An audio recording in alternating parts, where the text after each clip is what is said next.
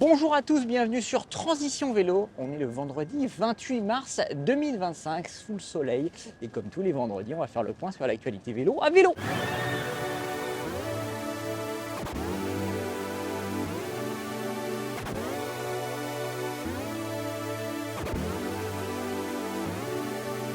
Alors avant de commencer, n'oubliez pas de vous abonner à la chaîne. On a toujours besoin de vous pour vous proposer toujours plus de contenu et de vidéos sur le vélo. Cette semaine, Tern et Tenways ont dévoilé leur nouveau vélo cargo Longtail. Tern, la marque taïwanaise, est l'un des pionniers du segment Longtail. Elle a renouvelé son célèbre GSD, c'est la 3e génération. Le cadre peut désormais porter jusqu'à 210 kg, donc toujours 100 kg sur le porte-bagages arrière. Le vélo gagne le nouveau moteur Bosch Cargoline en Smart System.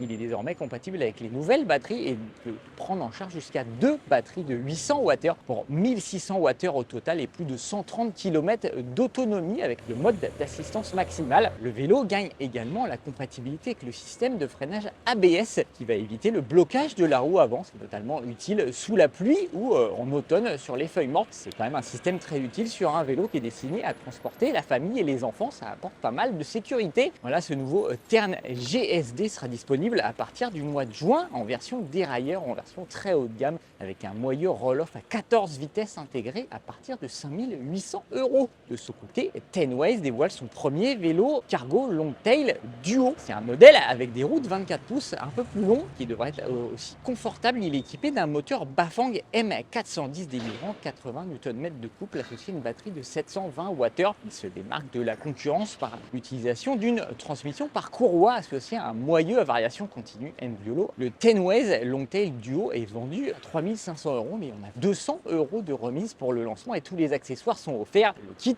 passager avec les repose-pieds, les barres latérales, etc. Sur le papier, c'est un excellent rapport qualité-prix, mais comme on l'a vu avec le biporteur de la marque, le Cargo One de Tenways, tout n'est pas forcément rose. Il faudra attendre les premiers tests pour voir si le vélo est maniable et agréable au quotidien. On avait regretté le manque de maniabilité du biporteur et le moteur qui est quand même pas assez puissant pour ce type de vélo. On espère que ça sera un peu mieux sur le Longtail. Decathlon a dévoilé de nouveaux éclairages pour vélo, le FL 930, un éclairage avant qui délivre 400 lumens, qui est largement suffisant pour rouler de nuit sur route ou sur chemin. Ce feu est équipé d'une batterie de 2500 mAh rechargeable en USB-C qui tient pendant 2 heures. Elle offre 2 heures d'autonomie ou 5h30 avec une luminosité limitée à 150 lumens. Le feu est livré avec une fixation de guidon quart de tour de type Garmin. Decathlon propose également un feu arrière, le RL 930, qui va délivrer une puissance de 15 lumens, puissance assez standard pour un feu arrière. Il va être visible jusqu'à 400 mètres derrière. Il est équipé d'une batterie 700 mAh rechargeable également en USB-C qui va fonctionner pendant 8 heures. Il est livré avec une fixation tige de sel quart de tour. On va pouvoir le placer à l'horizontale ou à la verticale. Ce feu se démarque surtout par l'intégration d'un accéléromètre qui va lui permettre d'agir comme un feu stop. En fait, quand on va ralentir ou quand on va freiner,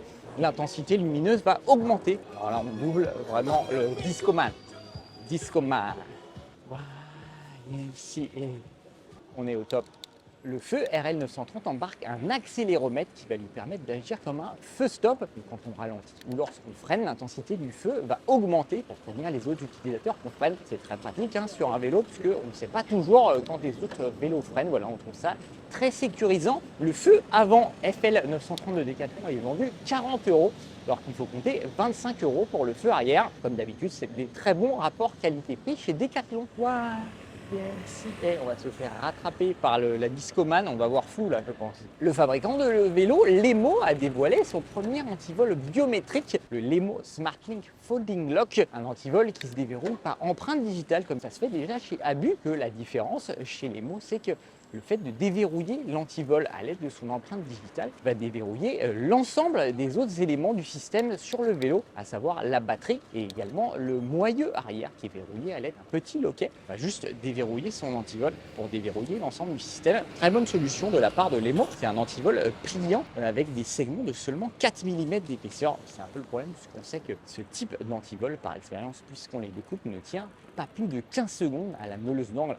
ça va se découper très vite. Il faudra l'associer à un antivol beaucoup plus costaud de chez Lightlock, Hiplock ou Super Extreme d'avis par exemple. Voilà, en tout cas, le concept est très bon.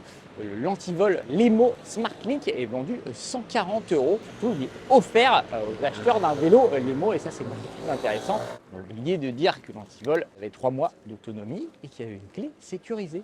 Ce qui est toujours pas mal si on tombe en panne de batterie sur l'antivol. Côté test, on a acheté le Lidl Krivit Y3 et il s'avère que c'est une très bonne surprise puisque c'est un très bon vélo électrique, très homogène, très peu de défauts, il manque juste une poignée à la batterie, un antivol de 4 de série. Il reste une interrogation sur le service après-vente de Lidl puisque la chaîne de magasins n'a pas d'atelier, donc pour tout ce qui est réparation mécanique, ça va être compliqué. Tout ce qui est réparation électronique, Lidl procédera probablement à un échange ou un retour vers un atelier plus large. Voilà, on n'a pas plus d'informations sur ce sujet qu'à 1 400 €. C'est clairement un très bon rapport qualité-prix. De son côté, Rémi a testé le casque Kaiser Glow, un casque urbain plutôt bien équipé puisqu'il a une large visière et un éclairage arrière bien conçu et surtout il vaut que 80 €, ce qui en fait là aussi un excellent rapport qualité-prix. Voilà, comme d'habitude, vous pouvez lire tout ça sur Transition Vélo. On vous a mis tous les liens dans la description. On vous invite à vous abonner si ce n'est pas déjà fait, activer les notifications pour être au courant de toutes les vidéos. Posez vos questions en commentaire, on se fera un plaisir d'y répondre. Lâchez un petit pouce, ça fait toujours plaisir, c'est bon pour le moral. Voilà, on vous souhaite de continuer à rouler, continuer à vous faire plaisir à vélo et on se dit à la semaine prochaine.